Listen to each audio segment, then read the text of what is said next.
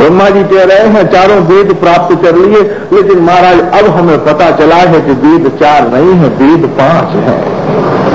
महाप्रभु ने कह दिया प्रेमा पुमर्थो महान, पंचम पुरुषार्थ की बात कह दी ना, तो 4 ही तो पुरुषार्थ लिखे हुए हैं शास्त्र में। महाराज की तो कोई चर्चा नहीं थी, कोई अवस्थान नहीं था। बोले यह पंचम महाज्ञान जीव की पराकाष्ठा का सौभाग्य। ब्रह्मा जी कहते हैं प्रभु आपने मुझे तो यह प्रदान नहीं किया, यह तो मुझे बताया नहीं, इसे तो प्रकट करने की आज्ञा मुझे प्रदान नहीं की। बोले प्रभु यह प्रकट करना ही ब्रह्मा जी तुम्हारी सामर्थ्य नहीं है, चारों पुरुषार्थों तक तुम ला सकते हो, और जब चारों पुरुषार्थ जीव के पूर्ण हो जाते हैं तो प्रेम के पुरुषार्थ में लाने की ड्यूटी प्रिया जी ने मेरी अपनी लगा दी है।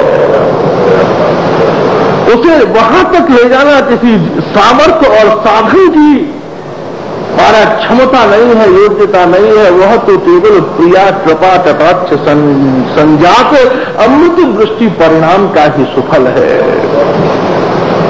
इसलिए महाराज यहां रासलीला के उस सूक्ष्म स्वरूप तो आप देखो जो भी है महाराज, आप देखो साधु बड़े दुर्लभ हैं संसार में, लेकिन भगवान ने दुनिया के सारे साधुओं को बुलाकर वृक्ष के रूप में अन्वित कर दिया, या वृक्ष हो जाओ। साधु बड़े दुर्लभ हैं संसार में। शैले शैले न माणिक्यम और मौक्तिकम न गजे गजे, साधवो न तो सर्वत्र और चंदनम न बने बने। हर पहाड़ के ऊपर मुत्ताहल नहीं मिलते, और हाथी के अंदर हर हाथी के अंदर गजमुत्ता नहीं मिलते, और हर मृग के अंदर कस्तूरी नहीं मिलती, और हर वन में चंदन नहीं मिलते, और हर स्थान पर साधु भी प्राप्त नहीं होते। साधुओं का भी सर्वत्र सुलभ होना संभव नहीं है। साधुओं नहीं सर्वत्र, वो सर्वत्र नहीं मिलते। और विदेहराज जनक तो उसका उपदेश भागवत धर्म की भूमिका में उसका उपदेश कर रहे हैं। कोई गली मोहल्ले व्यापार और वासनाओं में पड़ा हुआ व्यक्ति सत्संग में साधु महत्व को सुनकर उसकी कामना करता है तो उचित है, लेकिन महत्वपूर्ण नहीं है।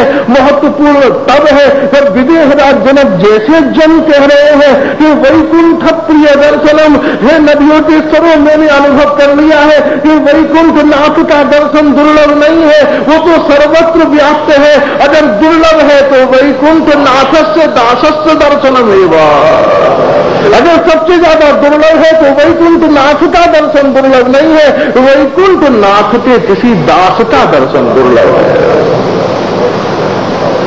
इसलिए साधु न तो सर्वत्र, भगवान ने कहा इस समय मैं किसे बनाऊं वृक्षों के रूप में, क्योंकि छाया देना किसी की सामर्थ्य नहीं है। छाया कोई नहीं दे सकता है, छाया तो केवल साधु दे सकता है। छाया देना किसी की सामर्थ्य नहीं है। अपने को सुखाकर, अपने को गिराकर, अपने लिए एक बूंद रस भी न रोक कर दूसरों पर लुटा देने का स्वभाव मेरे भक्तों के अलावा और कहां मिल सकता है।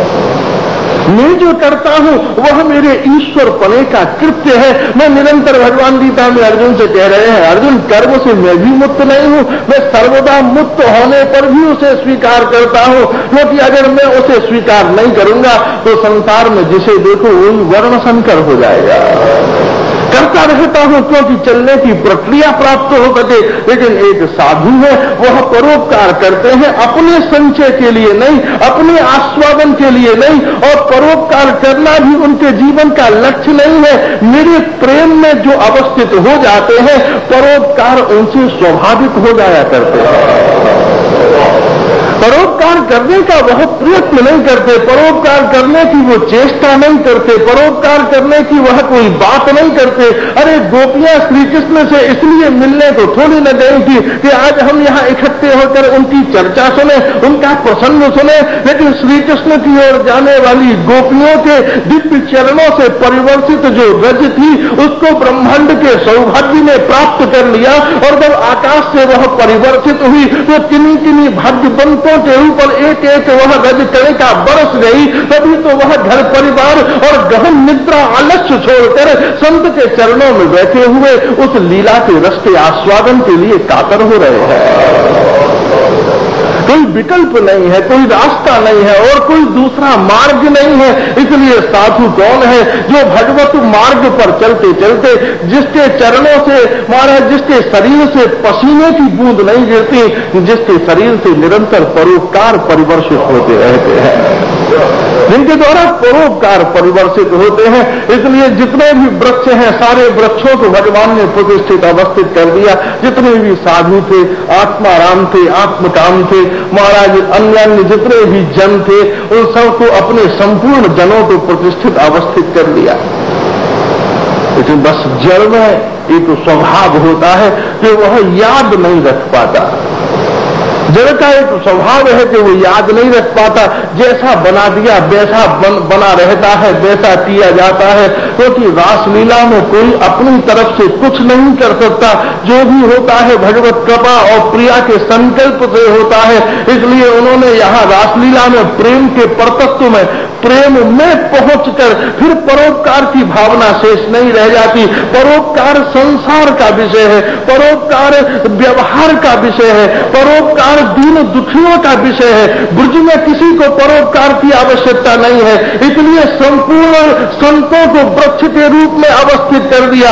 बोले वृक्ष परोपकार संभूति स्वभाव संपन्न वृक्ष तुम बन जाते हो। लेकिन रासलीला के द्वारा आज मैं तुम्हें बताता हूं कि हे साधु, तुम्हारे स्वभाव रूपी वृक्ष में अगर कोई फल लगने चाहिए तो उन फलों का नाम केवल प्रेम होना चाहिए। संपूर्ण साधुओं को एकत्रित कर लिया भगवान ने। आओ साधु, जितने भी साधु थे सब वृक्ष के रूप में अवस्थित हैं। और महाराज आज तक आपने नहीं सुना होगा कि पेड़ भी कहीं फल लेने के लिए जाता है, वृक्ष कहीं फल लेने के लिए नहीं जाता। लेकिन भगवान ने आज कहा आओ वृक्ष आओ, आज मैं तुम्हें फल प्रदान करता हूं। भगवान की लीला कैसी है? जो फल उत्पादन करने वालों को फल प्रदान करती है। और तभी तो महाप्रभु ने उसी बात का उदाहरण दिया ना, तृणावती सुनीते न तरोरपि सहस्रुणा। अगर उदार होना चाहते हो तो वृक्षों के समान बन जाओ, अगर विनम्र बनना चाहते हो तो तृण के समान बन जाओ। तो एक वायु आती है उठाकर आकाश के शिखर पर बिठा देती है, दूसरा झटका आता है भूमि पर लिटा देती है। लेकिन तृण पहाड़ पर चढ़ने में भी वायु को ही धन्यवाद देता है और नीचे उतर आने पर भी वायु को धन्यवाद देता है। भक्त को भी तृण के समान होना चाहिए। वह बहुत संपन्न हो जाए तो भी वह भगवत कृपा वायु थी जिसने इस अनुभव के लिए मुझे ऐसा बना दिया। और कंठा कोपीन लेकर घर से निवृत्त करके अगर मुक्त करके ब्रज की भूमि के ऊपर अवस्थित कर दे तो यह भी वह वायु प्रवाह था जिन्होंने महापांडित्य संपन्न प्रबोधानंद सरस्वती पाद जैसे मनीषी को काशी से खींच लिया। काशी में क्या था? स्मशान की बहुत भाव स्थितियां हैं। शिव का स्वरूप है, स्वयंभू स्वरूप है। शिव ने कहा जब मैं वृंदावन में बैठा हुआ हो तो उस रस का पात्र काशी में कैसे रह सकता है? और महाराज वह प्रबोधानंद सरस्वती पाद सीधा वृंदावन की भूमि के ऊपर समूह लुंठित होकर अवस्थित होकर उन विभिन्न लीलाओं का आस्वादन कर रहे हैं और राधा सुधा निधि के अमृत में श्लोकों का संकीर्तन गान कर रहे हैं जो संपूर्ण वृंदावन की लीलाओं का एक संपूर्ण सार तत्व है, महासंधिभूत भगवत रस है महाराज। इसलिए जब तक भगवान के स्वरूप में परमाद्भुत रूप की जागृति नहीं होगी तब तक रासलीला होना ही असंभव है। और रासलीला कब होती है? परमाद्भुत स्वरूप से। लेकिन परमाद्भुत स्वरूप भी कैसा है? बोले जो लीला रस तक लाने में समर्थ है, जो परिवार से, परिस्थितियों से, संपूर्ण संसार की अन्य मान्यताओं से जीव को खींचकर भगवत चरणों तक ला सकता है। लेकिन महाराज भगवत चरणों तक लाने के बाद ही उस रास के लिए एक महत्वपूर्ण कला की आवश्यकता है, जिस कला का अभाव भगवान के पास सर्वदा है, सर्वकाल है। बोले लावण्यम परमाद्भुतम, लेकिन उससे आगे की एक वस्तु रास के लिए चाहिए। बोले क्या? बोले रति कला चातुर्य मक्यद्भुतम। रास कौन कर सकता है? रास करना तो सबकी सामर्थ्य नहीं है। रति कला चातुर्य मत्यद्भुतम, रति कला का वह चातुर्य प्राप्त हो जिससे संपूर्ण गोपियों की समग्र इंद्रियों में अपने रस का संचार करने में अवस्थित हो सके। आप महाराज किसी डॉक्टर से पूछो कि एक साथ एक पदार्थ संपूर्ण इंद्रियों में नहीं जा सकता। शब्द के लिए कान बने हुए हैं महाराज, सुगंध के लिए नासिका बनी हुई है, भोजन की अलग नलिका है, जल की अलग नलिका है, गमन के संकल्प के समय शरीर के विभिन्न अंग संवेदनशील होते हैं और उस प्रक्रिया से ही मनुष्य चलता है। लेकिन राष्ट्रीय प्रक्रिया कितनी अप्राकृतिक है, बुद्धि गम्य नहीं है। वहां जो भी मिल रहा है एक साथ मिल रहा है, एक रस मिल रहा है, एक रूप मिल रहा है। पूर्ण भाव से जीव की उन उत्तात भाव भंजनाओं की उपलब्धियां हो रही हैं, जो उपलब्धि केवल प्रियाजी के अंक में ही विद्यमान रहती है, अवस्थित रहती है। क्योंकि रति कला में प्रियाजी इतनी चातुर्य बनते हैं कि पता ही नहीं चलता कि जब रासलीला से अपनी निवृत्त निकुंज लीलाओं से मुक्त होकर राधा गोविंद पृथक होते हैं तो गए थे अलग अलग श्रृंगार में, लेकिन जब लौट कर आए तो पता चला कि प्रियाजी का श्रृंगार श्याम सुंदर पर चढ़ा हुआ है और श्याम सुंदर का श्रृंगार प्रियाजी पर चढ़ा हुआ है। उस रति कला चातुर्य में गोविंद को ही पता नहीं है कि कब प्रिया ने अपना श्रृंगार उन्हें पहना दिया। तो जो सूक्ष्म निभृत भाव लीला के आस्वादन की उस पूर्ण सामर्थ्य जिसके अंदर विद्यमान नहीं है, क्या वो भी कभी रास करने में समर्थ हो सकता है? इसलिए आचार्य पाद उस लीला का अनुभव कर रहे हैं और वह लीला सत्संग में संकीर्तनीय लीला नहीं है, वो तो समाधि में आस्वादनीय लीला है। वो तो कहना किसी की सामर्थ्य नहीं है। महाराज किसी से पूछो, बहुत सी बातें ऐसी हैं जिसका वर्णन नहीं किया जा सकता। प्रतीक आप भले ही ढूंढ लो, लेकिन आप भोजन कर रहे हो, रबड़ी खा रहे हो, सब उसके स्वाद को जानते हैं, लेकिन कौन है जो उसका वर्णन कर सकता है?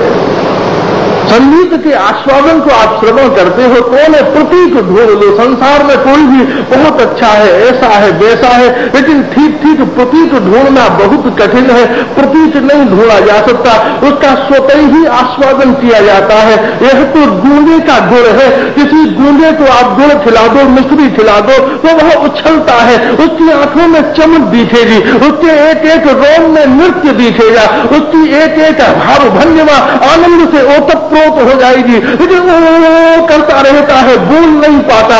मक्खी शहद इकट्ठा करती है, उसका निर्माण करती है, आस्वादन करती है, लेकिन बोल नहीं पाती, घूमती रहती है, उड़ती रहती है। ऐसे ही रति कला चातुर्य मत्यद्भुतम, ये दिव्य रस उस पूर्णता से अभिव्यंजित है जिसकी कथनी और करनी में परिणति नहीं है, जिसकी आत्म समाधि में अवस्थित होकर केवल गुरु चरण पाद पद्म शरणागत होकर और तद पात्र अन्वित होकर केवल निकुंज में, समाधि में भी नहीं, शरीर के अंदर की प्रविष्टि नहीं। आशा महो चरण जुषा मोहन श्याम वृंदावनम किमपि गुल्मलतौषधि नाम, गुल्मलतौषधि आच्छादित निकुंज क्षेत्र में प्रतिष्ठित होकर ही उस विभिन्न रस लीलाओं के आस्वादन को किया जा सकता है। तभी तो प्रभुरानंद सरस्वती पाद कह रहे हैं कि भैया वृंदावन को भौतिक मत समझो, लौकिक मत समझो, जागतिक मत समझो, ऐहिक सांसारिक मत समझो। जो स्वरूप आत्मा के अंदर योगी नहीं बना पाते, वो वृंदावन के वृक्षों ने बना दिया है। इसलिए चित्तैक तानता ध्यानम पतंजलि भी कहते हैं, चित्त के अंदर एक तानता करो। लेकिन भक्त कहते हैं चित्त में भी कहीं एक तानता हो सकती है, चित्त में एक तानता नहीं हो सकती। एक तानता तो केवल निकुंज में किसी वृक्ष के नीचे बैठकर राधा गोविंद के शरणागत होने पर ही हो सकती है। अभी तो आचार्य पाद गिड़गिड़ाते हुए महाराज एक दो ही गिड़गिड़ाते हैं, या तो कामी गिड़गिड़ाता है और या तो प्रेमी गिड़गिड़ाता है। या तो स्वार्थी गिड़गिड़ाता है और या फिर मैया गिड़गिड़ाती है, दूसरा कोई नहीं गिड़गिड़ाता। कामी इसलिए दुखी है कि उसे रस नहीं मिल रहा, मैया इसलिए दुखी है कि उसका पुत्र रस ले नहीं रहा। वह अपने पुत्र को रस देने के लिए विफल है, व्याकुल है, आतुर है।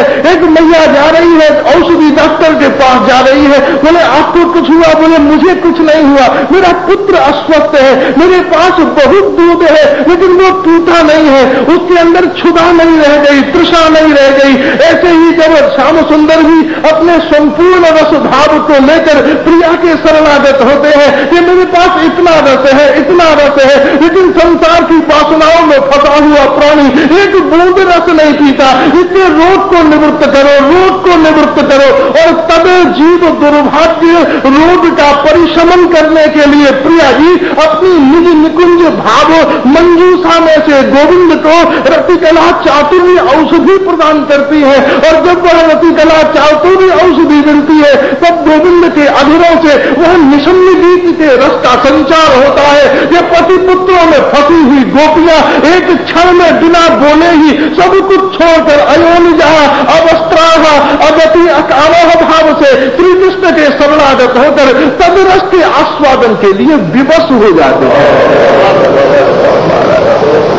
पीने की याचना नहीं है, यह वहां पीने की याचना नहीं है, वहां विवश हो जाएंगे,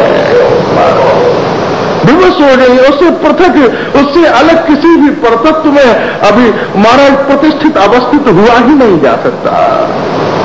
इसलिए लावण्यम परमाद्भुतम रतिकला चातुर्यम अत्यद्भुतम। जब तक प्रिया जी के द्वारा वह रतिकला चातुर्य की जीव को उपलब्धि नहीं होगी तब तक गोविंद भी रास करने में समर्थ नहीं हो सकते। वो शबरी के पास जा सकते हैं, सुदामा के पास जा सकते हैं, गीता सुना सकते हैं, लेकिन रास नहीं कर सकते। तभी तो हाहाकार रहे हैं उद्धव से। लेकिन प्रिया जी की भी एक शर्त है, प्रिया जी की भी बड़ी भारी शर्त है। प्रिया जी की एक शर्त है कि जितनी सामर्थ्य मैंने तुम्हें दी है वृंदावन की सीमा पार करते ही वो सामर्थ्य वापस मेरे पास लौट आएगी। ब्रज से बाहर जाने पर तुम उस सामर्थ्य का उपयोग नहीं कर सकते। वैकुंठ में तुम किसी को रतिकला नहीं दे सकते। जो लोग जनलोक, मोहनलोक, तपलोक, ब्रह्मलोक में तुम वह रतिकला नहीं दे सकते। अभी तो गोविंद कह रहे हैं क्या करूं? मथुरा आकर सोच रहा है कि गोपियां दुखी हैं उद्धव, अरे मेरे दुख की भी तो पराकाष्ठा है, लेकिन मैं उस दुख को जीव के हित के लिए उठा रहा हूं, क्योंकि मेरा भी तो दुर्भाग्य देखो कि मथुरा आने पर प्रिया ने मुझे रतिकला से वंचित कर दिया। तभी तो कह रही हैं महाराज संपूर्ण महर्षियां द्रौपदी जी भागवत के एकादश में तभी तो कह रहे हैं द्रौपदी जी हम तो समझ रहे थे कि गोविंद वृंदावन से रतिकला चातुर्य लेकर द्वारका आए हैं, हमें तो ये भेद पता ही नहीं था। अब पता लग गया है तो अब हमें शिकायत नहीं है, लेकिन हम अपने ही भाव को बदल देती हैं। अब हम महर्षि नहीं होना चाहती, अब हम मार्जनी होना चाहते हैं। हम मार्जनी होना चाहती है, महर्षि नहीं होना चाहती। हमें क्या पता था कि महाराज गोविंद की मणि तो वृंदावन में ही रह गई, हमें क्या पता था। तभी तो भगवान उद्धव के द्वार पर हाथ खा रहे हैं ना, जाना जाना। तो जब तू मथुरा से ही जाने को तैयार नहीं है तो द्वारका से तू क्या जा पाएगा? तब तुझसे ही कोई न जा पाया तो महाराज योग से क्या जाएगा? और योग से जो न जा पाया वो कर्म से क्या जाएगा? वृंदावन रस पीत है, मथुरा तत्व पीत है, उद्धव तत्व में अभिलषित है। और भगवान कह रहे हैं तत्व की पूर्णता को भी समझ लो। तत्व की पूर्णता भी तभी है जब वह प्रेम में समर्पित हो जाए। इसलिए जाना उद्धव, रक्षोद्धव ब्रजम सौम्य, जाना, एक बार जाना। हाहा खा रहे हैं और इस हाहा खाने का परम मंडल में प्रयोजन क्या है, तात्पर्य क्या है, उस हाहा खाने का कारण क्या है कि उद्धव को भी एक भाव मिल जाए। अभी कहें किसी से, अभिषेक जी से कहें, श्री मदन लाल जी से कहें, रवि से कहें तो या जाओ, अकेले जाओ, जरा महाराज बद्रीनारायण हुआओ, केदारनाथ हुआओ, बोला जाओ द्वारका आओ, जाओ बम्बई, हमारा काम है, जरा चले जाओ बम्बई चले जाओ। तो कोई भी भक्त एक बात कह सकता है, महाराज जाने को तो तैयार हूं, लेकिन उन निगोड़े सुखों में अकेला जाने का मुझे आनंद नहीं मिल रहा। अगर आप कहो तो एक रसिक को अपने साथ ले जाओ, जोड़ा बन जाएगा। जोड़ा है ना, दोनों चीजों का जोड़ा है ना, दो के बिना संसार नहीं चलता, दो के बिना अध्यात्म नहीं चलता। जोड़ा है ना, पक्षी के एक पंख नोचलो तो एक पंख से वो उड़ सकता है क्या? महाराज विद्या और स्मृति का जोड़ा है, उसके बिना ज्ञान की उपलब्धि नहीं है। बुद्धि और समाधि का जोड़ा है, उसके बिना योग की परिणति नहीं है। गुरु और शिष्य का जोड़ा है, उसके बिना समर्पण की परिणति नहीं है। प्रेम और भक्ति का जोड़ा है, उसके बिना रास के आस्वादन का सौभाग्य नहीं है। जोड़े हैं, उसी परम चिर परिणति में उसे परिणत करना पड़ेगा, अभिलषित करना पड़ेगा। वृंदावन में महाराज लक्ष्मी नारायण का जोड़ा है, उमा पार्वती जी का जोड़ा है, महादेव का जोड़ा है, राधा कृष्ण का जोड़ा है, सीताराम जी का जोड़ा है। जोड़े से रहित जब भी नारायण आते हैं, भक्त उन कथाओं को ध्यान से नहीं सुनते। ठाकुर जी भी जानते हैं कि बड़ी महाराज आफत आ गई, कि जब भी मैं अकेला जाता हूं, और प्रिया जी तो उस बात से तैयार ही नहीं होती। रामावतार में तो घोर नाराज है प्रिया जी, बड़ी नाराज। भरतलाल जी से बड़ी खुश है, मारुति से बड़ी खुश है महाराज। और रामावतार में कृष्णावतार का केवल चस्का दिया है प्रिया जी ने। तो रावण की क्या सामर्थ्य जो प्रिया को ले जाता। ये राज्य पाठ परंपरा धर्म, राजधर्म, पिता धर्म, माता धर्म, भी नाना प्रकार के धर्मों का विवेचन इतना मैंने वैकुंठ में ये तो जाना था कि पृथ्वी पर अवतार लेकर आप लीला करोगे, लेकिन यह नहीं जाना था कि मुझसे भी लीला करोगे, औरों से लीला करोगे, यह तो मुझको पता है, लेकिन मुझसे भी लीला करोगे। कोई व्यक्ति महाराज भीषण भाषण देकर आए, ये है, लेकिन घर में पत्नी कहती है बोले भाषण तो दे आए, मुझे भाषण देने की कोशिश न करना, मैं तुम्हारी सबरी बातें अच्छी तरह से जानती हूँ, मुझ पर ही रोब गाड़ ले रहो। महाराज बाहर जो भी हल्ला मचाया है वो ठीक है, मेरे सामने सीधे साधे चलना, मेरे सामने आरोपित स्वरूप बनाने की आवश्यकता नहीं है, मेरे सामने कृत्रिमता नहीं चलेगी, मेरे सामने आर्टिफिशियलिटी नहीं चलेगी, अप्राकृतिकता मेरे सामने नहीं चलेगी। जो जब सामाजिक स्वरूप का पत्नी के सामने ही आर्टिफिशियलिटी नहीं चलती, तो यह तो संपूर्ण ब्रह्मांड का परतत्व है। महाराज सीता जी कह रही हैं अंतःपुर में, बोले बड़े भारी मर्यादा पुरुषोत्तम बने हुए हो, मैं भी तुमसे कह देती हूँ कि चौराहे चौराहे पर अगर तुमसे पैर न दबाया तो मैं भी सीता नहीं। तुमको उस रस्ते आस्वादन की ही भूमिका नहीं है। और महाराज रावण के साथ प्रिया जी चली गई, पर महाराज गुरुदेव कहते हैं रावण के साथ चली गई, अर्थात पुत्र के साथ चली गई। कौन है? अरे जय विजय पार्षद ही तो है महाराज। मैया अपने पुत्र को अपने हाथों से कोई मुखौटा पहना दे, उसे कोई मुखौटा पहना दे और फिर उसकी उंगली पकड़कर बाजार में चले, तो लोग तो ये समझेंगे स्त्री किसके साथ जा रही है, लेकिन जो अंतरंगे हैं वह भी समझेंगे और वह भी समझेगी कि कोई नहीं है, मुखौटा पर आया है, अरे पुत्र तो मेरा है। तो जय विजय कोई अलग थोड़ी ना है, पृथक थोड़ी ना है। और महाराज पति के आग्रह को अस्वीकार किया जा सकता है, लेकिन पुत्र के आग्रह को तो स्वीकार नहीं किया जा सकता, क्योंकि स्त्री तो पति के साथ पृथक भिन्न स्वरूप में है, लेकिन पुत्र की जो उत्पत्ति है वो पति और निज तत्व द्वारा प्रदर्शित स्वयंभूत सृष्टि का परिणाम है। लेकिन उसके प्रति आस्थावंत हो जाना स्वाभाविक है। तभी तो प्रिया जी श्याम सुंदर की ओर इतना ध्यान नहीं देती जितना भक्तों की ओर ध्यान देती है। साधारण व्यक्ति साधारण स्त्री नाराज होती है कि महाराज ये नहीं लाए वो नहीं लाए, लेकिन प्रिया जी इस बात के लिए नाराज होती है कि तुम किसी गरीब पर कृपा करके नहीं आए, तुमने भक्त का ध्यान नहीं रखा। क्योंकि भक्त का जब निर्माण होता है तो दोनों तत्वों के बिना भक्त का निर्माण नहीं हो सकता, नहीं तो जीव विभक्त ही बना रहेगा। भक्ति में वो तब ही आता है जब प्रिया जी और श्याम सुंदर दोनों का रस एक रूप होकर अंतःकरण में प्रवाहित होता है, तभी जीव माइक प्रपंच से मुक्त होकर राधा गोविंद की शरणागति को स्वीकार करता है। और दोनों की छवि है, दोनों का भाव है। महाराज रामावतार में भी प्रिया जी बड़ी नाखुश हैं। बोले महाराज तुमने मेरे लाने का प्रयोजन ही व्यर्थ कर दिया। ये बड़ी भारी मर्यादा पुरुषोत्तम, मेरे लाने की तुमने सारा का सारा उपाय ही विफल कर दिया। हम 3 जने चल रहे थे, हमने सोचा चलो 3 वन में जाएंगे, बहुत अच्छी बात हो जाएगी, बड़ा आनंद हो जाएगा, 3 जने वन में जाएंगे। 3 से ही अध्यात्म की धारा प्रवाहित होती है, 3 जने वन में जाएंगे, बड़ा आनंद हो जाएगा। अरे महाराज क्या है? बोले आगे आगे, सबसे आगे आगे मैं चलूंगी और उसके पीछे पीछे आप चलना, और उसके पीछे पीछे महाराज सहज रूप से लखनलाल जी चलेंगे, जीवाचार्य प्रवर चलेंगे। बोले आप आगे आगे क्यों चलोगी? बोले आपके दिव्य रस्ते आस्वादन की जो दिव्य मूर्तिमंत स्वरूप राशि है, उसमें तुम्हारे समग्र रस की झाड़ी को भरकर मैं चलूंगा। अभी आते तो यहाँ पर यह व्यवस्था करो कि लड्डू बांटे जाएं तो एक आदमी से ही काम चल जाएगा। एक हाथ में बाल्टी पकड़ लो, लड्डू दिए जाओ। और अगर व्यवस्था ये हो कि यहाँ पायस बांटी जाए, यहाँ पाय बांटा जाए, तो फिर खीर से दूध से एक व्यक्ति ही बांटने में तैयार समर्थ नहीं हो सकता, फिर उसे 3 लोगों की जरूरत पड़ेगी।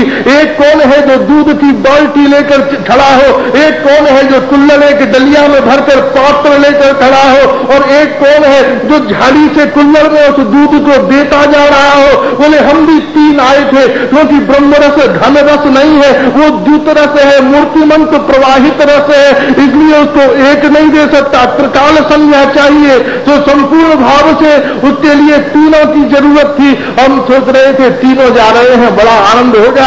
आगे आगे महाराज मैं दिव्य भाव से चलूंगी। तो दिव्य महाराज प्रिया जी क्या है? बोले रस की भरी हुई दिव्य सरोवर राशि है। बोले आगे आगे मैं चलूंगी और उसके पीछे झाड़ी लेकर आप चलना। बोले गोविंद क्या है? बोले झाड़ी है। जितना भी रस देते हैं ना, वह उनका अपना रस नहीं है, वो तो प्रिया के अंतःकरण की झाड़ी में से भरकर जब जीव के पात्र में रस प्रदान करते हैं, तभी वह प्राकृतिक बुद्धि का त्याग करके राधा गोविंद के चरणों में शरणागत होता है।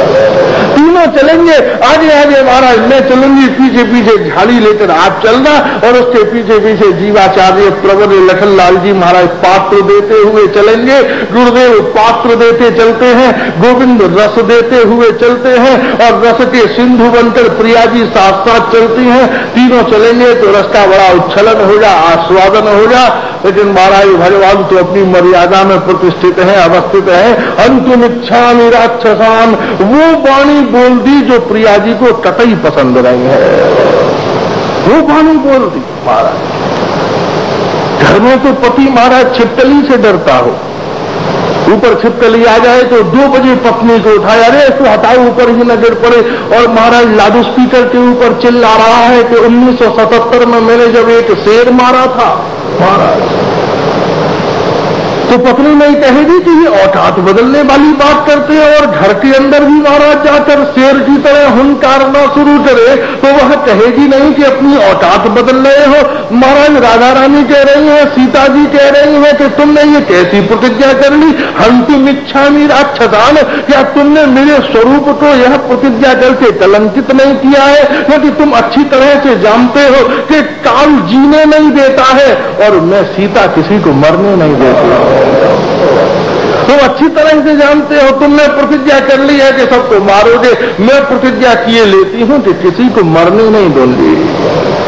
दोनों की प्रतिज्ञा है, स्वामिनी और स्वामी दोनों एक ही प्रतिज्ञा है कि मारूंगा, एक ही प्रतिज्ञा है मरने नहीं दूंगी। बोले मैं तो तुम्हारी प्रतिज्ञा भी पूर्ण होनी चाहिए कि तुमने कहा है सबको मारोगे तो मारो, लेकिन एक बात भी मैं कह देती हूं कि साधनों से भी मेरी प्राप्ति मरने वाले को नहीं हो सकती, लेकिन करुणा का द्वार देखो कि मृत्यु से पूर्व केवल नाम लेने की सामर्थ्य भी बड़े बड़े सौभाग्य से जीव को नहीं मिलती, लेकिन प्रिया की करुणा देखो कि मरने से पहले ही वो मरने वाले के घर में जा पहुंचे।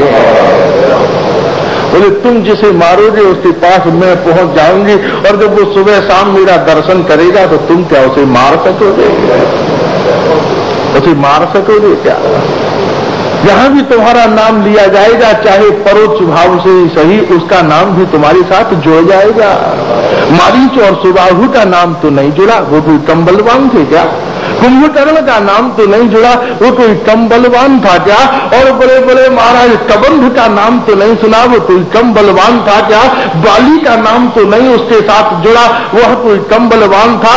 लेकिन राम के साथ रावण का नाम जुड़ गया, जहां भी लिया जाता है जोड़ा बन गया, तैयार हो गया। बोले क्यों? क्योंकि प्रिया की करुणा की यह अपूर्व दृष्टि है।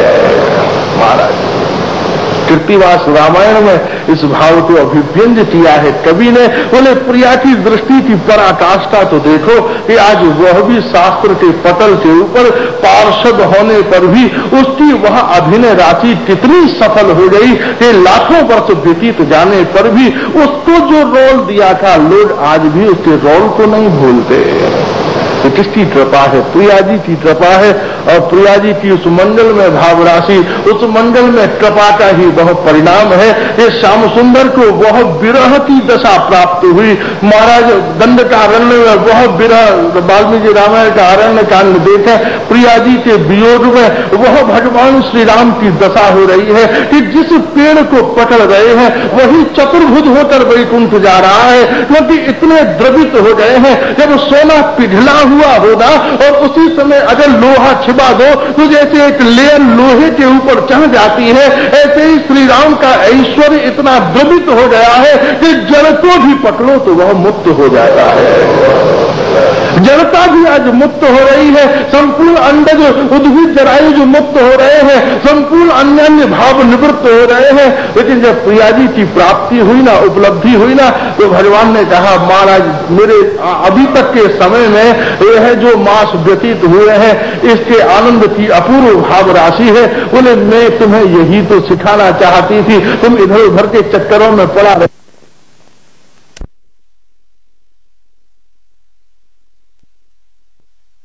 जगत मुकुट उनके चरणों में लुंठित करते हैं कि हे महात्मन हमें आशीर्वाद प्रदान करो। बोले नरेश हमारे पास खाने को अन्न नहीं है और तुम साम्राज्य के स्वामी हो। बोले हमारे पास सब है लेकिन शांति की एक बूंद नहीं है। तुम्हारे पास कुछ नहीं है लेकिन शांति के बादल बरसते हैं। शांति के मेघ तुम्हारे ही भजन के आकाश में अवस्थित होते हैं। जिन मेघों के लिए हम तड़प रहे हैं, जिन मेघों के लिए हम अवस्थित हो रहे हैं, वो दोनों ही जाग रहे हैं। महाराज कबीरदास जी तो कहते हैं कि दुनिया के लोग हल्ला मचाते हैं हम दुखी हैं, बड़े झूठे मालूम पड़ते हैं। हल्ला मचाते हैं कि हम दुखी हैं, कहाँ है दुखी? एक भी तो दुखी न मिला जिसने दोपहर में भोजन न किया हो। एक भी तो दुखी न मिला जो रात में घर्राटे लेकर न सोया हो। अरे सुखिया सब संसार खावे और सोवे, अरे दुखिया दास कबीर जागे और रोवे।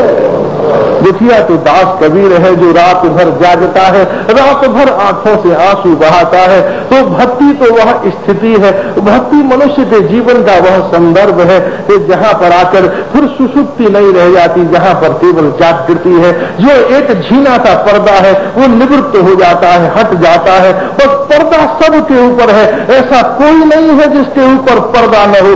योगी कौन है जिसने योग से पर्दा हटा लिया? लेकिन महाराज किसी ने हटाया हो ऐसा उदाहरण कहीं प्राप्त नहीं होता।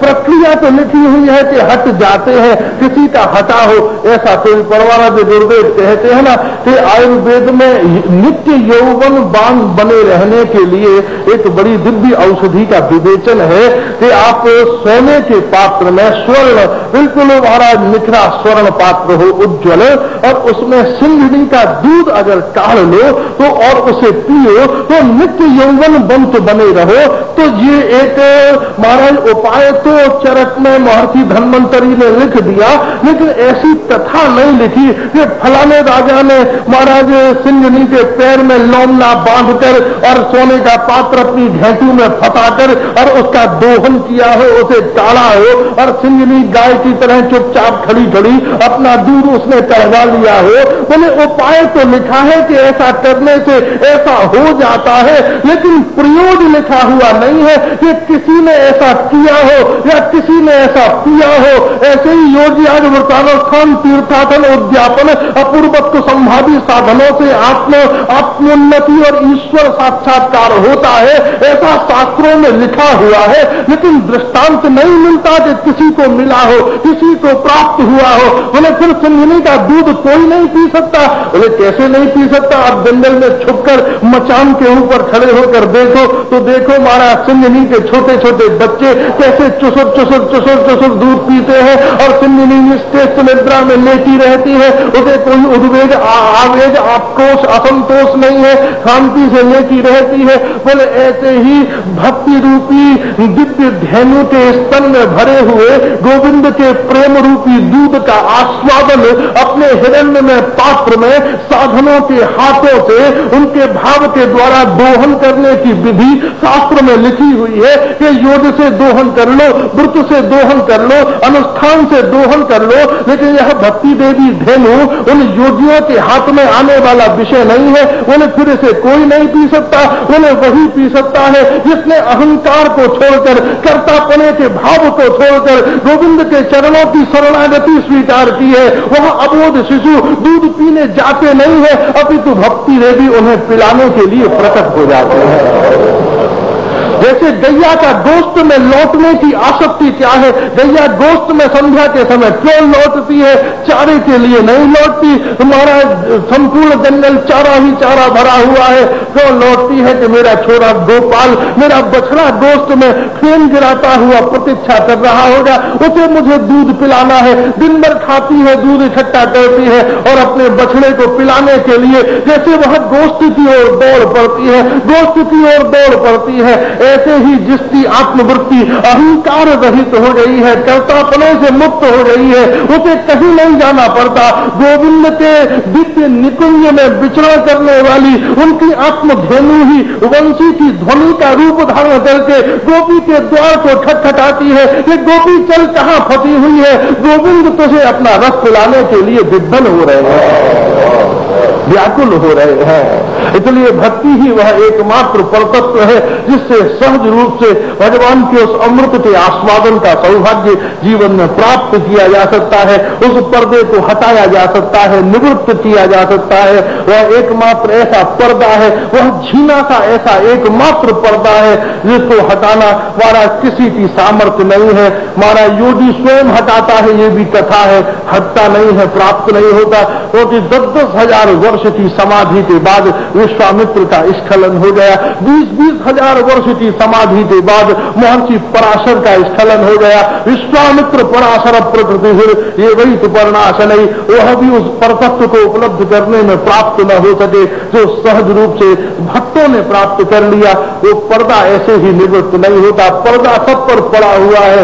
लेकिन एक साधारण कौन है जो सहज रूप से पर्दे को उठाने का प्रयत्न करता है? लेकिन एक भक्त कौन है जो प्रयत्न नहीं करता, पर्दे में रहकर ही जैसे अलंकारों से विभूषित हुई नववधू घूंघट में ही अवस्थित होकर पति का स्मरण करती है और पति उसके घूंघट को निवृत्त करता है। ऐसे ही भक्त भी भगवान के चरणों का स्मरण करता हुआ अपने ऊपर पड़े हुए माया और संस्कार के पर्दे में ही भगवान के चरणों का नाम स्मरण करता हुआ, पदावली गाता हुआ, सत्संग करता हुआ, गुरु के आशीर्वाद के अलंकारों से विभूषित होकर भक्ति देवी के आश्रय में गोविंद की प्रतीक्षा करता है। और जिस दिन उसकी प्रतीक्षा पूर्ण हो जाती है उस दिन परम प्रियतम गोविंद ही आकर उसकी बुद्धि पर पड़े हुए माया के पर्दे को हटा देते हैं। और जैसे ही माया का पर्दा निवृत्त होता है और गोविंद जो भक्त को अपना संपूर्ण रस पिलाते हैं, उसी रस पीने की अभीपता को कृष्णोद्वैपायन व्यास जी महाराज कह रहे हैं कि तुमने दुनिया के बड़े रस पिए हैं, लेकिन अब छोड़ो अथातो भक्ति जिज्ञासा। और तुम यहां से जाओगे तो देवता पूछेंगे कि मनुष्य शरीर तुम्हें प्राप्त हुआ, तुमने कौन कौन से रस पिए? बोले महाराज मौसमी का पिया, संतरे का पिया, आम का पिया, अनन्नास का पिया। लेकिन देवता कहेंगे कि मनुष्य शरीर तुम्हें मिला और कैसा सौभाग्य, कि मनुष्य शरीर में पैदा हुए परम सौभाग्य। लेकिन सौभाग्य की पराकाष्ठा की भारतवर्ष में पैदा हुए, तुम्हारा सौभाग्य अद्वितीय हो गया, अपूर्व हो गया कि इस देश में तुमने मनुष्य योनि में जन्म लिया। लेकिन एक बार बंधु मुझे बताओ तो सही कि इस मनुष्य शरीर में रहकर तुमने क्या क्या पिया। और जब हम कहेंगे कि हमने संतरा और अनन्नास पिया तो देवता अपनी आंखों से आंसू बहाएंगे, उन्हें तुमसे अच्छे रस तो हमारे स्वर्ग में है, हम उन्हें पिया करते हैं। और जिस मनुष्य शरीर में भी रहकर तुमने यह रस पिया, अरे तुमसे बड़ा दुर्भागा मानव कोई नहीं हो सकता। तो महाराज व्यास जी कहते हैं कि संसार में सबसे दरिद्र कौन है? जिसने ईश्वर को प्राप्त करने के भाव को खो दिया है। इससे बड़ा दरिद्र दुनिया में कोई नहीं है। देवता पूछेंगे तुमने वारा क्या क्या पिया, वारा हम कहेंगे मौसमी और संतरे का रस पिया, और देवता कहेंगे अरे दुर्भागी मानव, संपूर्ण जीवन में तुझे ऐसा कोई नहीं मिला कि जिसके मुख चंद्रमा में से निर्गलित श्रीमद् भागवत की कथा सुधा को तो अपने कान के पात्रों में भरकर पी लेता तो तेरा जीवन सफल हो जाता, तेरा जीवन धन्य धन्य हो जाता। और उसी अमृत के आस्वादन के लिए व्यास जी इंगित कर रहे हैं, अर्थात वो भक्ति जिज्ञासा। हमारे हृदय में अगर खोज हो तो भक्ति की खोज हो, हमारे हृदय में प्यास हो तो भक्ति की प्यास हो, हमारे जीवन में उत्कंठा हो तो भगवान से मिलने की उत्कंठा हो। और वही उत्कंठा एक दिन हमें कंठा पहना देती है, और कंठा पहनकर हम घर परिवार परिकर से मुक्त होकर भगवान के अमृत का आस्वादन करते हैं। वो भक्ति हमारे हृदय में बैठे। इसी सोहिचना से आज के प्रसंग को विश्राम करते हैं, आगे की बात कल करेंगे। कृष्णा कृष्णा हरे हरे हरे राम राम राम हरे हरे, हरे कृष्णा कृष्णा कृष्णा हरे हरे, हरे राम राम राम हरे हरे, हरे कृष्णा कृष्णा कृष्णा हरे हरे, हरे राम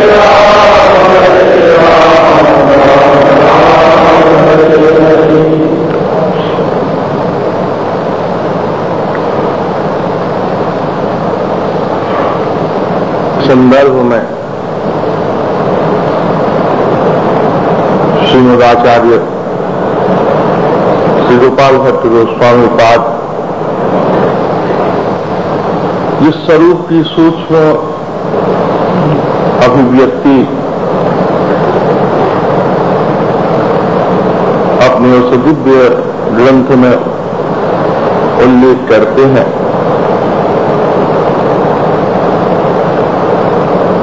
महाप्रेम रूपिणी भक्ति की उस संपूर्ण भाव संज्ञा जब भगवत चरणों में सन्निहित अवस्थित होती है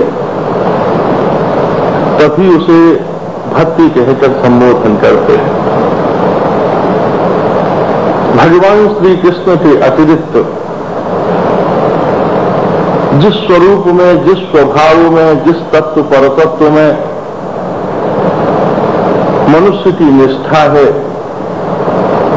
उस संपूर्ण परिप्रेक्ष्य को आचार्य पाद ने केवल व्यवहार कहकर संबोधन कर दिया। तो संपूर्ण व्यवहार है, संपूर्ण पदार्थों से, लोकाचार से, लोक व्यवहार से विनिर्मुक्त होकर मनुष्य का स्वभाव जब राधा गोविंद के चरणों में दृढ़ भाव से स्थित हो जाता है तभी भक्ति की भूमिका का निर्माण होता है। और जिस दिन भक्ति के स्वरूप का जागरण होता है उस दिन भगवत रस से आस्वादन की कातरता और भगवान के अभिन्न स्वरूप से प्रतिष्ठित हुआ उनका रसरूप जब भक्त के हृदय मंच के ऊपर नृत्य करने के लिए आतुर व्याकुल होता है और उस दिव्य स्वरूप से नृत्य भाव स्थिति का जहां निर्माण होता है उस भाव के आस्वादन की जो संज्ञा है उसको आचार्य पाद रास कहकर संबोधन करते हैं। वो भगवान का रास है तो रास का मूल तात्पर्य क्या है? रस। लेकिन केवल एक आकार की व्युत्पत्ति होने पर तात्पर्य क्या हो गया? रास। रस है, अगर केवल रस कह दें तो जो अपात्र हैं उनको बड़ी भ्रांति हो जाएगी।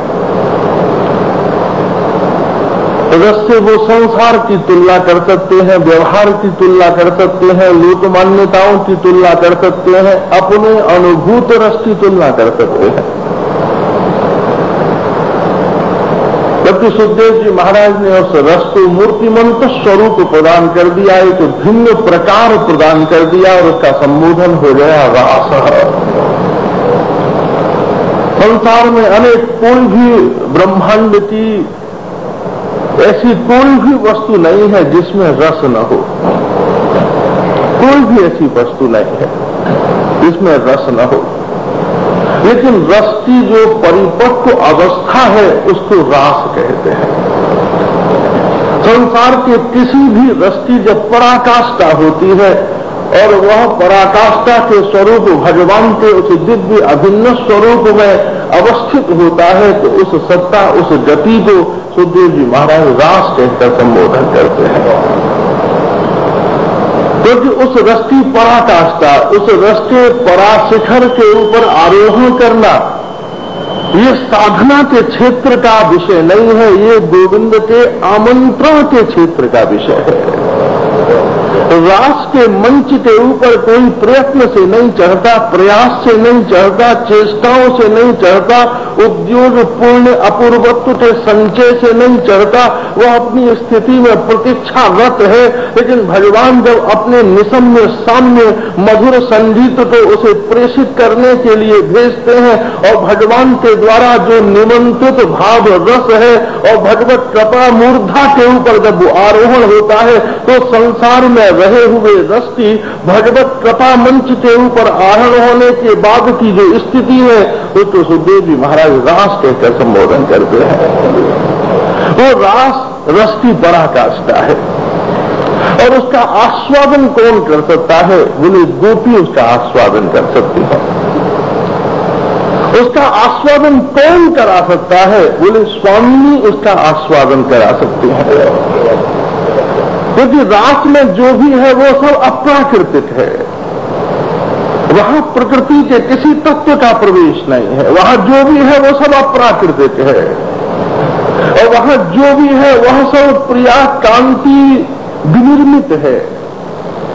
राधा सुधा निधि में कह दिया लावण्यम परमाद्भुतम, कि आज से पहले गोपियों ने गोविंद के लावण्य का दर्शन नहीं किया है, लेकिन आज का जो लावण्य है वह गोविंद के अपने रस लावण्य से सर्वदा भिन्न है। आज वो रस का लावण्य नहीं है, आज वो भाव का लावण्य है, क्योंकि रस को रस नहीं खींचता, भाव को रस खींचता है। आज गोपियों के उस परम भाव उत्कंठा से वह जो गोविंद की ओर जा रहे हैं वह रस आज कहाँ जा रहा है? भाव की ओर जा रहा है। भाव ने किसे अपना आश्रय बना लिया? रस को बना लिया। और श्री कृष्ण का स्वरूप आज कैसा हो गया? बोले आश्रय भी है, आलम्बन भी है, आस्वाद भी है, आस्वादन भी है और यह अपरथक अभिन्न स्वरूप श्री कृष्ण का अपने ईश्वर पर तत्व से नहीं बना, वह प्रिया की कृपा से निर्मित हुआ। वह प्रिया जी की कृपा परोक्ष भाव रस भाव मूर्ति है, जिससे आज गोपियां संपूर्ण लोकाचार लोक व्यवहार से मुक्त होकर उस निशम्य को श्रवण करके उस क्लीन काम बीज जो है उसको प्रेम और भक्ति के परतत्व में समाहित करके भगवान ने आज गोपियों का आवाहन किया है। गोपियां कहाँ थी? पूर्ण प्रेम में थी, पूर्ण प्रेम में थे। और आप देखो जब जीव पूर्ण प्रेम में अवस्थित नहीं होता तो धर्म में रोकने पर भी नहीं रुकता। जानता है, सब जानता है, लेकिन रोकने पर भी नहीं रुकता। छोटी छोटी सी बाधाएं, छोटी छोटे से संसार में बिखराव उसके रस के आस्वादन में अनेक बाधा प्राचीर खड़ी कर देते हैं। लेकिन जब पूर्ण प्रेम की संज्ञा में जीव अवस्थित होता है, आप देखो भक्त में और योगी में क्या अंतर है? योगी हर पदार्थ को छोड़ता है, भक्त उस स्थिति में पहुंच गया है कि उसे छूट जाता है, वो छोड़ता नहीं है। अगर कोई अपने कर्तव्य को छोड़कर जाए तो उसके लिए धर्म में कोई स्थान नहीं है। और अगर कोई किसी को अपने कर्तव्य का बोध ही न हो, किसी को अपने धर्म का स्मरण ही न हो, भगवान ने अर्जुन से सहज रूप से कह दिया सर्वधर्मान परित्यज्य महामेतम शरणम व्रजः। और दूसरे श्लोक में अर्जुन से ये बात भी बता दी कि ये रहस्य कहता है, बोले गुह्यतम है, गुह्यतम ये रहस्य है, मैंने तुझे बता दिया है, लेकिन तू किसी अपात्र को मत बता देना। गीता का अवलोकन करें, भगवान ने अर्जुन को वही सावधान भी कर दिया कि तुझे विशेष अनुकंपा के कारण मैंने बतला दिया है, तू ऐसा करने में समर्थ हो न हो यह मेरे प्रयत्न की बात नहीं है।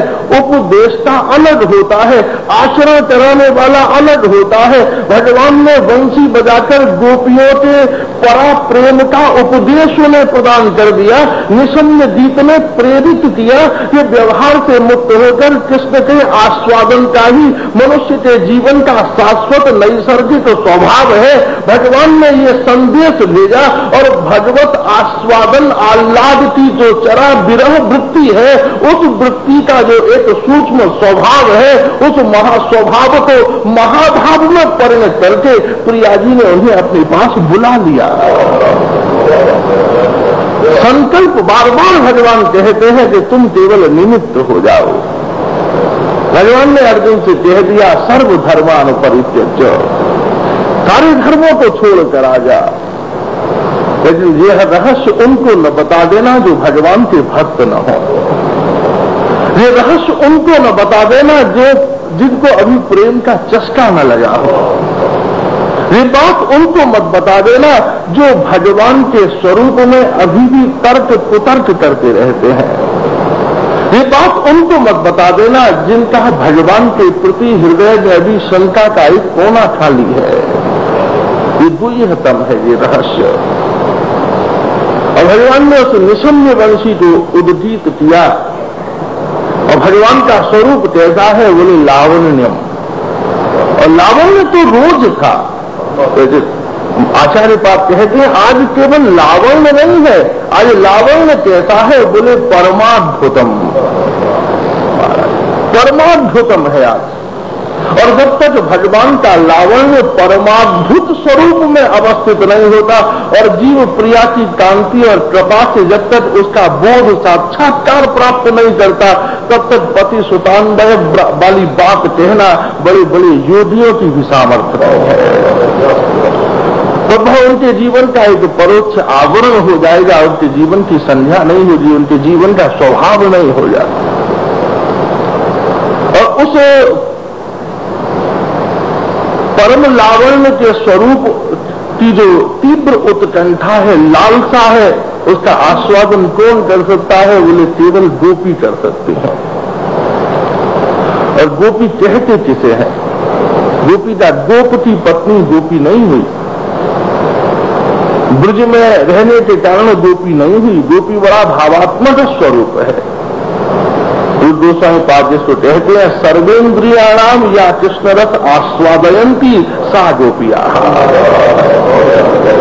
भक्ति सिंधु में कह रहे हैं कि इस रस सिंधु के आस्वादन में गोपियां अन्वित हैं, अवस्थित हैं। लेकिन गोपी कौन है? जो अपनी समग्र इंद्रियों से श्री कृष्ण के रस के आस्वादन की लालसा में प्रतिष्ठित है। ऊपर से नीचे तक जिसकी संपूर्ण इंद्रियां एक लक्ष्य की ओर केंद्रित हो गई हैं, उसे गोपी कहते हैं। जिसमें अब कोई पृथक लक्ष्य प्रतिपादित नहीं है, जिसमें अब कोई दूसरी लालसा शेष नहीं रह गई। लालसा शेष रह गई ऐसी बात नहीं है, दूसरे लालसा की अब याद ही नहीं है। जैसे कोई बड़ी भारी बेहोशी से जागा हो, ऐसे ही जाग गई, जागृत हो गई। और वह उस जागरण की विधि क्या थी? बोले केवल भगवान का निशम्य दीता। गाय से जागृत, आज से पहले जागृत नहीं थे, बोले आज से पहले जागृत थे लेकिन जगे हुए तो जैसे कोई जागृत हो जाए तो स्वप्न की बातें याद नहीं रहती। कोई जागृत हो जाए तो उसे स्वप्न की बातों का स्मरण नहीं होता। ऐसे ही गोपियां आज जागृत हो गई और जिस क्षण जागृत हुई उन्हें फिर संसार के धर्म का कोई बोध नहीं है, उन्हें परिवार के कर्तव्य का कोई बोध नहीं है, उन्हें संसार की और बातों का कोई बोध नहीं है। ये प्रयास की, यह प्रयत्न की अवस्था नहीं है। बस एक अचानक भगवत कृपा से जो जीवन में घटता है, सोता हुआ व्यक्ति प्रयत्न से नहीं जागता। जिस क्षण उसकी नींद खुल जाए अपने आप अनायास जागता है। दो व्यक्ति, एक तो ऐसा है जो कहकर सोता है कि भैया मुझे जाना है, उठा देना।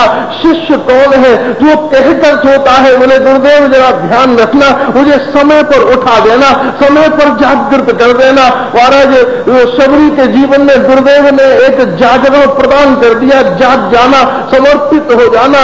जब राम तेरे सामने आकर खड़े हो तो मुझे प्रणाम करना। बात कितनी विचित्र है कि भगवान सामने खड़े हैं और गुरुजी कह रहे हैं मुझे प्रणाम करना। बात बड़ी अटपटी सी प्रतीत होती है, लेकिन गुरु कौन है जो जगा दे और जगे हुए को जो रस दे दे उसे भगवान कहते हैं। जागृत की अंतः चेतना में जिसने संपूर्ण प्रकृति के सारे तत्व को प्रतिष्ठित कर दिया है वो भगवान है। भज से जो निवृत्त कर दे वो भगवान। उस जागृति की उस सूक्ष्म दशा को प्राप्त करने के लिए केवल एक ही भगवत उस प्रेम के महास्वरूप में एक ही बात रासलीला के प्रारंभ में ही कह दी, बोले निशम्य गीतम। निशम्य गीत है और भगवान भी उस निशम्य गीत को बजाने में कब समर्थ हो पाते हैं जब प्रिया जी उन्हें अपना लावण्य का परमाद्भुत स्वरूप प्रदान करते हैं। लावण्यम परमाद्भुतम। और दूसरी बात है कि लावण्य के उस परमाद्भुत स्वरूप का दर्शन करते ही सर्वेंद्रियागार गोपियां श्री कृष्ण के सामने समुदित हैं, समुपस्थित हैं, लेकिन तथापि विमुख हो गई, आ गई, अवस्थित हो गई। भगवान ने लौटाने का प्रयत्न भी किया कि लौट जाओ, लेकिन एक दशा देखो, प्रेम के बिना कैसी दशा है, भक्ति के बिना कैसी दशा है कि बुलाने पर आते नहीं है, लेकिन जिसके ऊपर कृपा हो गई है वो भगाने पर भी जाते नहीं है। एक दशा ये है कि निमंत्रण भेज रहे हैं, बुला रहे हैं, आमंत्रण दे रहे हैं, आ जाओ आ जाओ। वो महाराज फुर्सत नहीं है, समय हो जा तब आएंगे, ऐसा हो जा तब आएंगे, वैसा हो जा तब आएंगे। फुर्सत नहीं है, प्राप्त भी नहीं है। इसलिए उपनिषद में उपासक के स्वरूप को क्या कह दिया, महर्षि याज्ञवल्क्य कहते हैं बहुना आत्मविद्या तप्राप्ताम श्वेत केतु ही। मनुष्य बहुविद्याओं के द्वारा किस उपलब्धि को प्राप्त कर लेता है, श्वेत केतुता प्राप्त कर लेता है। केतु किसे कहते हैं, जिसके ऊपर का सिर न हो, केवल धड़ ही धड़ शेष रह गया है। हम संसार में भटक किसके लिए रहे हैं, धड़ के लिए नहीं भटक रहे, सिर के लिए भटक रहे हैं। सारा सत्संग ही इसलिए है कि तुम सिर से मुक्त हो जाओ, अपनी मान्यताओं से मुक्त हो जाओ, अपनी बुद्धि से मुक्त हो जाओ। और जब तक बुद्धि के उन जंजालों से निवृत्त नहीं हो गए, आत्मविद्या श्वेत केतु, उस परम श्वेत केतु के आकाश में प्रतिष्ठित और प्रकाशित होकर तुम अध्यात्म के प्रकाशित स्वरूप को उपलब्ध करने में समर्थ नहीं हो सकते।